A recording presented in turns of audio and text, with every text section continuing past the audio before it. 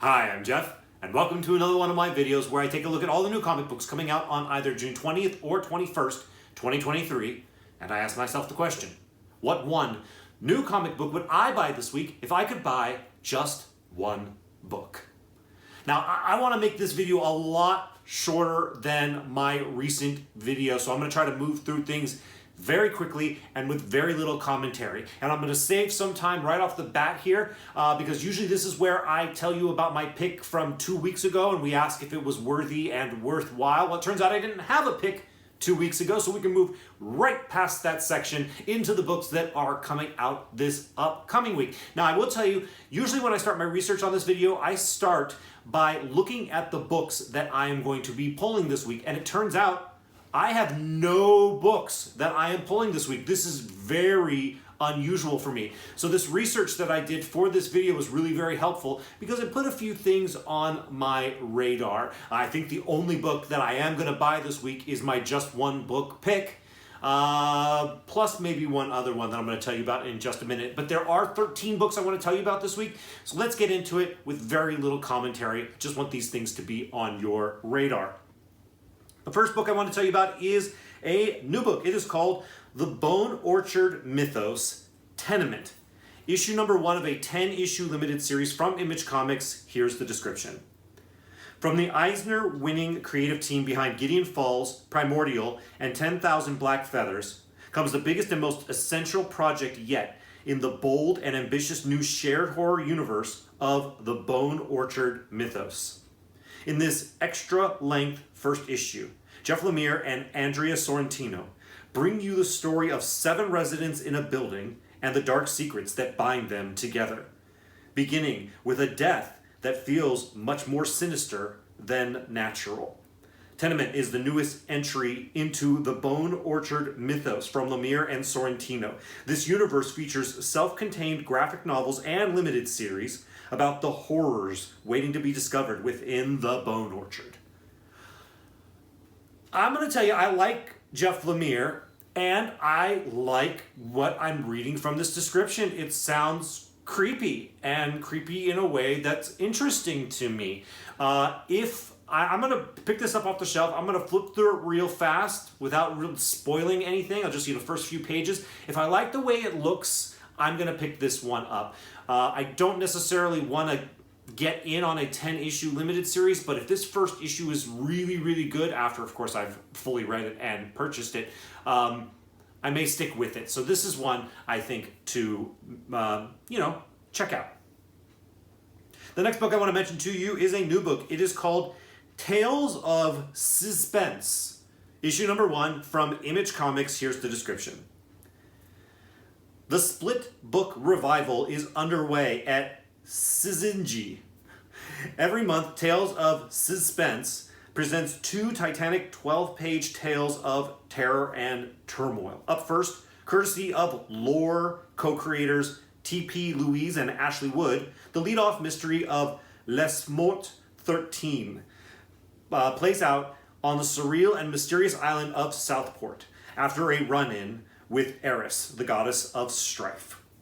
And then, proof that power is wasted on the young, Chris Ryle and Nelson Daniel present Dreamweaver, the story of an aging adventurer with a mystical secret who looks to pass on his abilities to the next generation of hero until they have much greater success than he did, and he decides he wants those abilities back at any cost.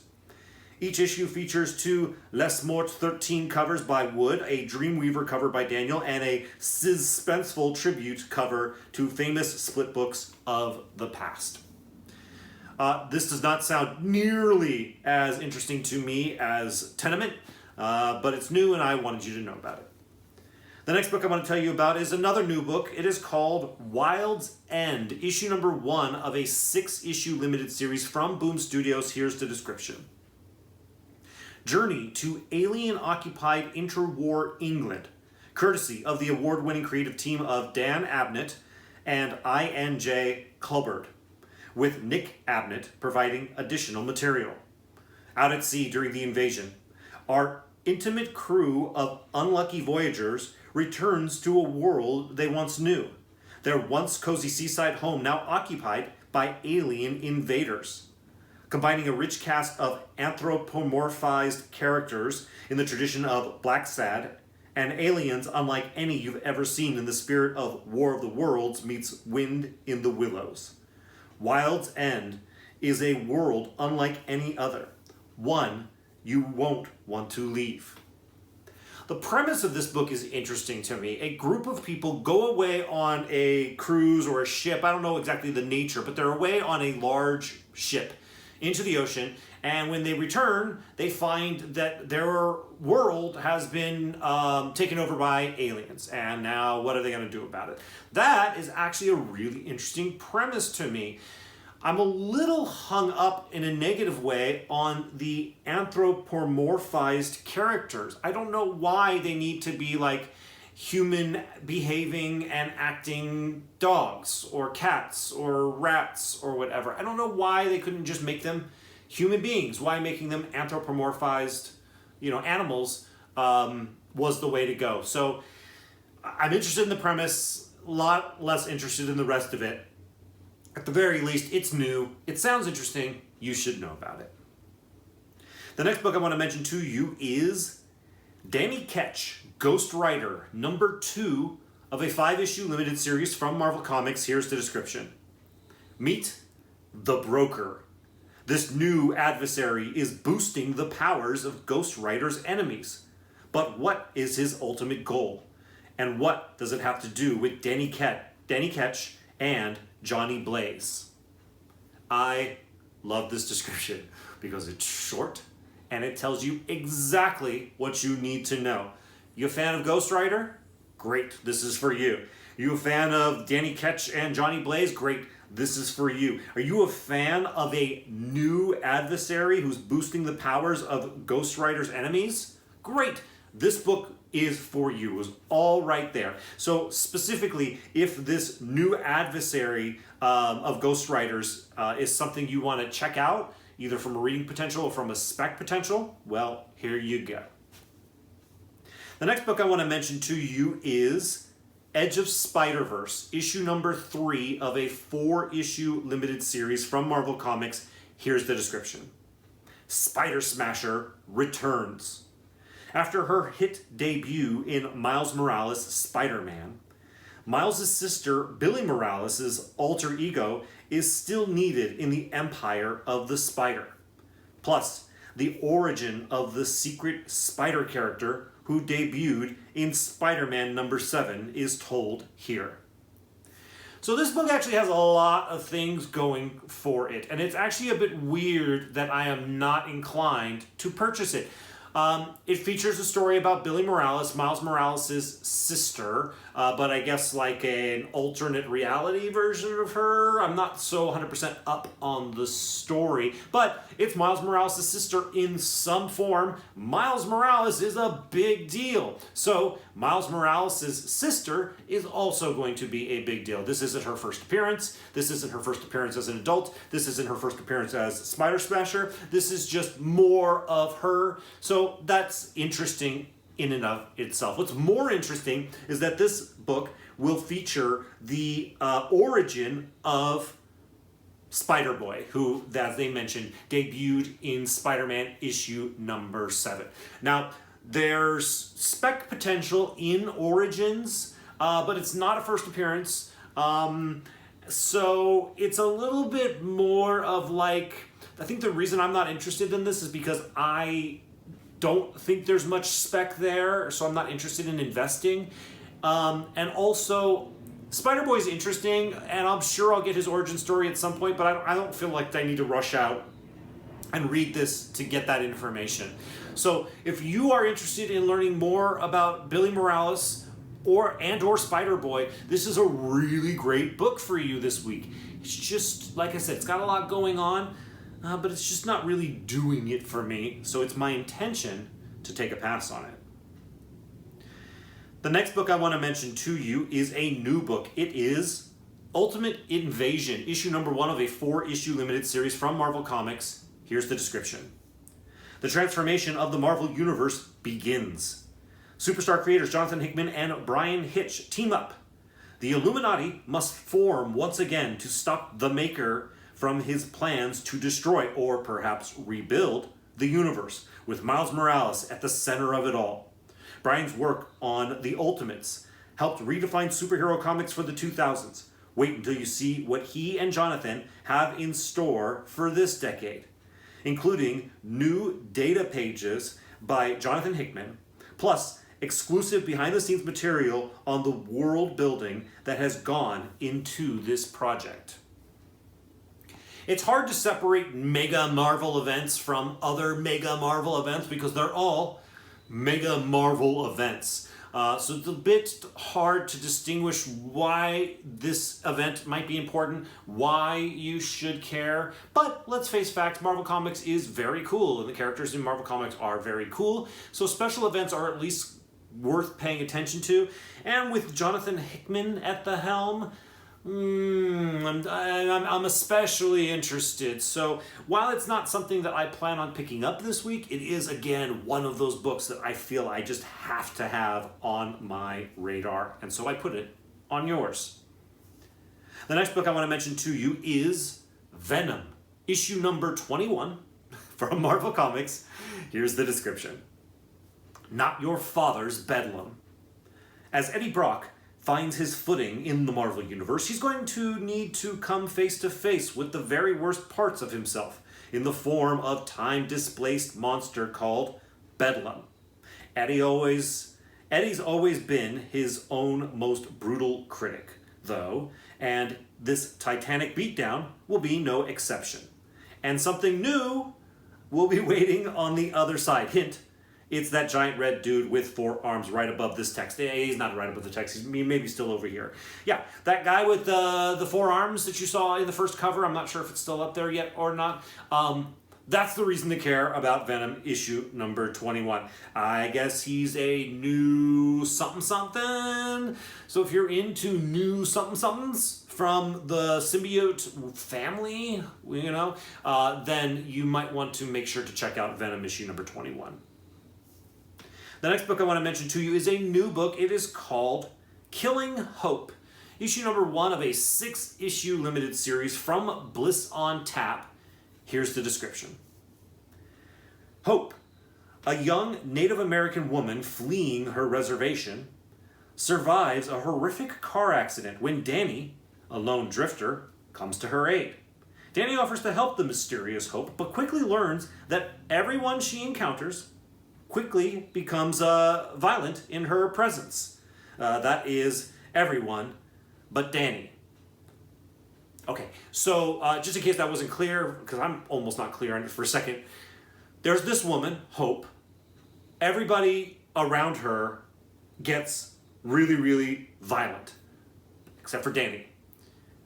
And so it looks like Danny is going to have to help Hope work through this situation. That's interesting. It reminds me of a comic book that came out a couple years ago about a woman who wrote a novel and then went on a book tour, and on her book tour everybody was trying to kill her and there was one person that was trying to protect her. So it's a similar thing, so not a wholly original idea, but I like this idea. I think it could be a good source for interesting storytelling. Also, Bliss on Tap is a publisher that's kind of on the rise. They're doing some interesting things. They had a book called Duel that came out, I believe it was last year, that I believe was also recently optioned. So they're another one to pay attention to. So this is kind of sort of interesting to me, and once again, that's why I share these things with you. The next book I want to mention to you is a new book. It is called Razor's Edge. It is a one-shot from Emerald Entertainment. Here's the description. Emerald presents Razor's Edge. This new anthology book will focus on a few of the exciting London Knight characters from all edges of the Razor universe, including a few of the main characters like Razor, Morbid Angel, Lethal Strike, and others. Please note, the interior pages do contain some nudity. I appreciate that warning, just in case anybody wanted to check this out. So I don't know if this is the first appearance of this character. I tried to do a little research and looking into it, and I didn't really find much information about it. But the reason I mentioned this book to you is that it looks a little bit violent and it looks a little overly sexualized, which can be a turnoff for me. But I gotta tell you, this main character looks pretty cool. And that's what it boils down to. The character looks cool. So that is half the job right there. People like characters who look cool. So if you want to check out a new character who looks pretty cool, you have Razor's Edge here to check out this week. All right, the next book I want to mention to you is a new book. It is called Tales of Asunda, issue number 1 from Stranger Comics. I don't know who that is. Here is the description.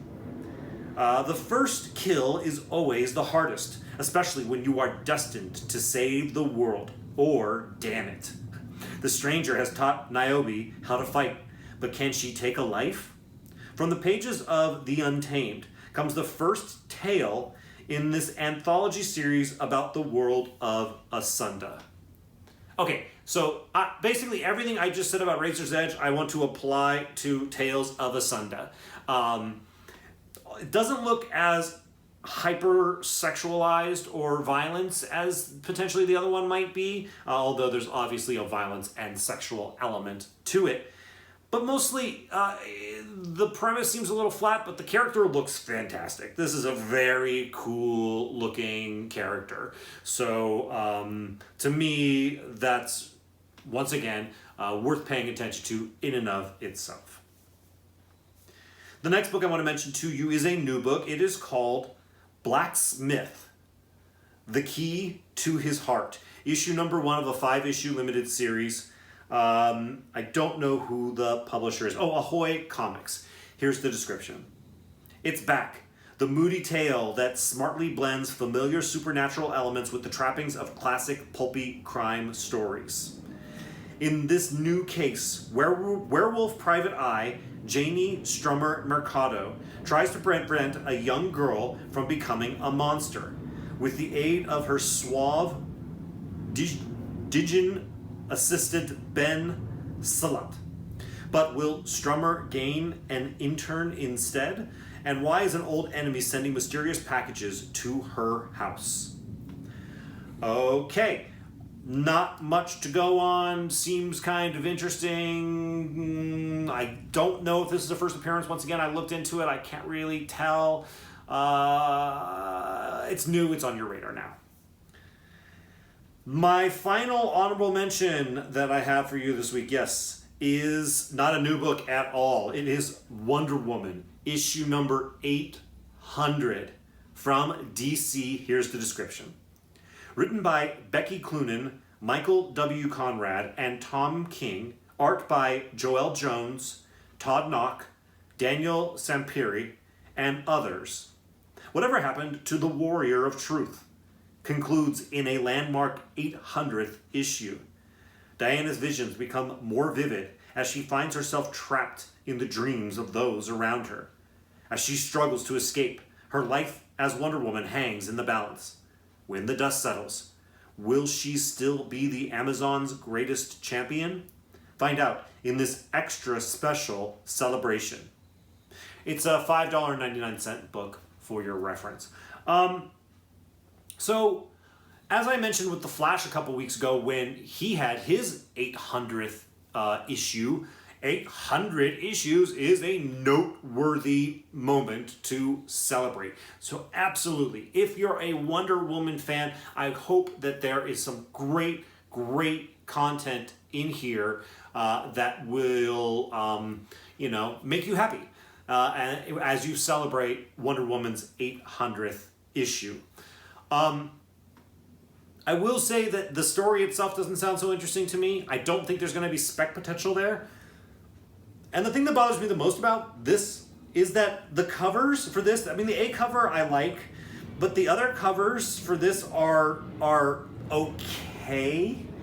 And usually that wouldn't be cause for comment, but I've seen some of the most amazing Wonder Woman covers.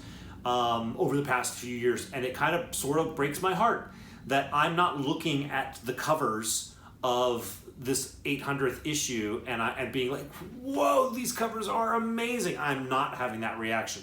So that's a little bit disappointing to me, and definitely a check in the con category for this book. But once again, if you're a Wonder Woman fan, you just want to celebrate Wonder Woman, here you go. All right, so now we are moving on to the last book that I am going to be talking about today, and as is typical, it is my just one book pick for this week. And that book is The Incredible Hulk, issue number 1 from Marvel Comics. Here's the description. The age of monsters has begun. As an enraged Hulk tries to take control of Bruce Banner's body permanently, a mysterious immortal turns every monster in the Marvel Universe against Banner in an attempt to free their creator, the primordial mother of horrors. With the help of an unlikely new friend, Banner and Hulk must try to stop the world from getting plunged into darkness in this terrifying new series. All right, so I'm sure you're sitting on the edge of your seat right now and you're wondering, oh, wow, what does Jeff know about this book that makes it so special that it would be his just one book pick of the week? And the answer is nothing. Nothing. I know nothing about this book. It is a total gut pick, 1,000%. And it's basically based on the fact that we had the Immortal Hulk series that was critically acclaimed. I believe it got to 50 issues. When I got back into comics many, many years ago and I asked people, what should I be checking out? One of like the 2 or 3 books that they would mention was the Immortal Hulk. So you had this really great Hulk series. It ended, ran its course, 50 issues. That's a solid run these days. Then they handed off the Hulk character to Donny Cates. Lots of a promise for greatness there. Donny Cates is a very good writer and can do some very cool things. And the Hulk is kind of a character that's a sandbox that's a lot of fun to play in. And it seemed like Donny Cates was having fun doing that for a while. And then something happened to Donny Cates. I still don't know. I don't know if it's public knowledge. I haven't tried to look for it online or anything, but he's really just not working. Hasn't been working apparently for months. Stopped working on Thor, stopped working on Hulk, just like full stop. So I hope he's okay because I do like him a lot. But his run on Hulk was, bottom line, a disappointment. And so it's over. What I would say, likely prematurely. So now we have a new Incredible Hulk series. And the vibe I'm getting from this is that it's almost going to be kind of back a little bit into the Immortal Hulk vibe, where it's almost like a horror thing, you know? I mean, they're trying to free this bad person, the mother of horrors. And so I believe there's going to be like a dark horror element to this book, which I think could be very interesting. I also think that Marvel knows that they need to recover from the Donny Cates run of Hulk. And so I think they're going to go into this Hulk run being like, Hulk is a big deal for us. Hulk is a character that we want to keep alive and relevant. Live, you mean as in people's, on people's radar and with their interest. So I really think they're going to pull out all the stops on this new Hulk series. So I think it's something to pay attention to. I think we're going to get lots of new from it. I'm not the biggest fan of Hulk the character, but I could see a lot of potential for storytelling there. So I'm going to check this out. My spider sense is tingling that there's going to be stuff in this series worth paying attention to. So just because I'm the most curious of all the books that I mentioned this week about Hulk, the Incredible Hulk, issue number 1, that is why it is my just one book pick for this week. All right, that's it. I hope this information was valuable and helpful to you. Let me know if you have any thoughts down in the comments. If you appreciate the time I take to make these videos, I appreciate it when you hit the like button. So please do that. And if you haven't already subscribed, I invite you to do that as well. Thank you all so much for watching this video. I'll see you in the next one.